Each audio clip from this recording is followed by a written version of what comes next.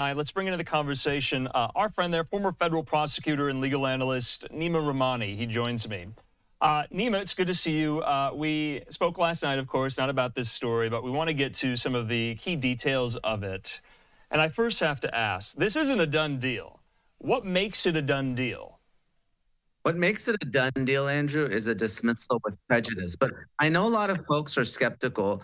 Certainly charges can be refiled, but we're talking about a 5-year statute of limitations. So to the extent that some of this conduct dates back to 2014, obviously prosecutors will argue that it was a continuing crime, a conspiracy, but it's going to be harder to prosecute these charges in the future. So the folks that are saying that Donald Trump has something over Mayor Adams and he may reinstate charges, or his new Attorney General Pam Bondi might, or the Senate confirmed U.S. Attorney for the Southern District of New York. Right now we have an acting U.S. Attorney who may do so in the future. I think it's less likely, Andrew. Okay, Neama, this is where in this story I'm confused, and hopefully you can help me with this. Emile Beauvais, he's one of the acting deputy assistant attorney generals there right now in Washington. He explained that the indictment, which was handed up in September, threatened to interfere with the June 2025 New York City mayoral primary. He gave that as somewhat of a rationale for the dismissal or pending dismissal of the Adams indictment itself. Now, I've never heard of a prosecutor saying, well, this indictment can't stand because the political candidate and the current mayor of the city of New York, it's going to interfere with his mayoral duties. It's going to interfere with his mayoral campaign for the good working order of New York City. I've never heard that. Have you? I thought the DOJ went out of their way to rid any stench of political interference. And now we're seeing it from the opposite direction. Usually you don't bring an indictment, 60 days before any federal election? That's DOJ policy. This is saying, well, wait, there's an election in June of 2025, the primary, and then the general in November. Let's dismiss what was already handed down because that election's coming up. Do I have that right? You do, and I've never seen this either. And taken to its logical extreme, you can't prosecute any sitting elected official or candidate for office. Obviously, these charges were brought well before the primary, well before the general election, certainly well before the Department of Justice's 60-day rule, which is internal guidance. It's not binding by any stretch. But what is important to note, and this is a little bit of inside baseball, but as a federal prosecutor at a local U.S. attorney's office, you cannot charge a sitting elected official until you get the green light from Main Justice, the public integrity and corruption section there. So to the extent that you don't have that blessing, which certainly we have a new acting U.S. attorney, we have a new deputy attorney general, those prosecutions can't proceed. Now, typically you don't see something like this where a new administration comes in and pulls the plug on an active case, one that's already been indicted. But obviously, we're in uncharted legal waters across the board, so I'm not surprised at anything I see now.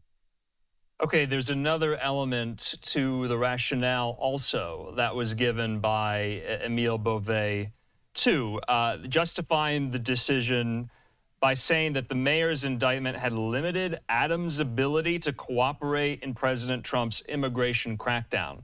That is policy specific to the Adams administration and also to New York City. Of course, we've been covering here on LiveNOW all of these immigration enforcement actions in many cities nationwide, but never have they pulled the indictment because it was interfering with that enforcement in whatever city. I know this is a special case because Adams is under indictment.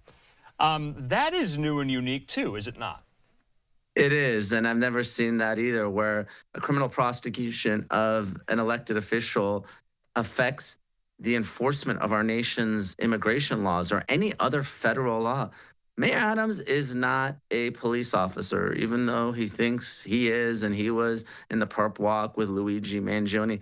His indictment, even his incarceration, is not going to affect what the Department of Homeland Security does in New York. Now, of course, there's the issue of cooperation and sanctuary cities and all that, but one way or another, this case is not going to affect what New York does. Now, certainly they can provide local assistance, Right. they can help the feds, but Mayor Adams' case is not going to affect that one way or another. I just want to go over what was included in the indictment as far as charges go. Conspiracy, wire fraud, soliciting illegal foreign campaign contributions, et cetera here. And Beauvais said as much in this letter that the DOJ had made its decision not based on the evidence here. And from my assessment, maybe you agree with this, the rationale is purely political, it seems, is it not? I think it is political. Now, look, let's take a step back. I believe there's probable cause for the charges. Is it the strongest corruption case or bribery case? Probably not. Sometimes these types of offenses are handled administratively. I'm here in Los Angeles. I used to do this not only as a federal prosecutor, but for the LA City Ethics Commission. We enforce these types of laws, and oftentimes it would just be an administrative fine. Obviously, prosecutors thought that this was well beyond that. There were years of accepting gifts, not disclosing them. Obviously, there's the issue of foreign governments and a potential pay to play that really crossed the line from administrative to criminal. But again, it's not certainly as egregious as the Senator Bob Menendez case or some of the other really nefarious public corruption cases that we've seen. And the other practical reality is that Mayor Adams has cozied up and curried favor with Donald Trump, whether it's at Mar-a-Lago, whether it's at UFC. Of all the big city mayors, he's cooperated the most with the new administration. So the cynical person in me might say that this is repaying that political favor because the line between law and politics has certainly been blurred for many years now. And I would argue, especially in this case, it seems that we're talking about right now. Lastly, though, the previous U.S. attorney for the Southern District of New York, did he overstep here? Did he overcharge? Would we be in this situation if Damian Williams had not brought the indictment? We would not be. And there is that question, are these cases being overcharged? And I can tell you, bribery cases are really tough as a federal prosecutor. The Supreme Court has taken a very narrow view of the law when it comes to this. You really need to show that quid pro quo, that pay to play. Oftentimes, the elected officials will argue that, well, I am just helping my constituents. Sometimes, if there's a gift given after the fact, that's a gratuity. It doesn't count as a bribe. So these cases are not easy. You know that the electeds are going to fight this all the way through trial. Obviously, Mayor Adams has good counsel at Quinn Emanuel, Alex Spiro. So you know this case was going to go the whole way.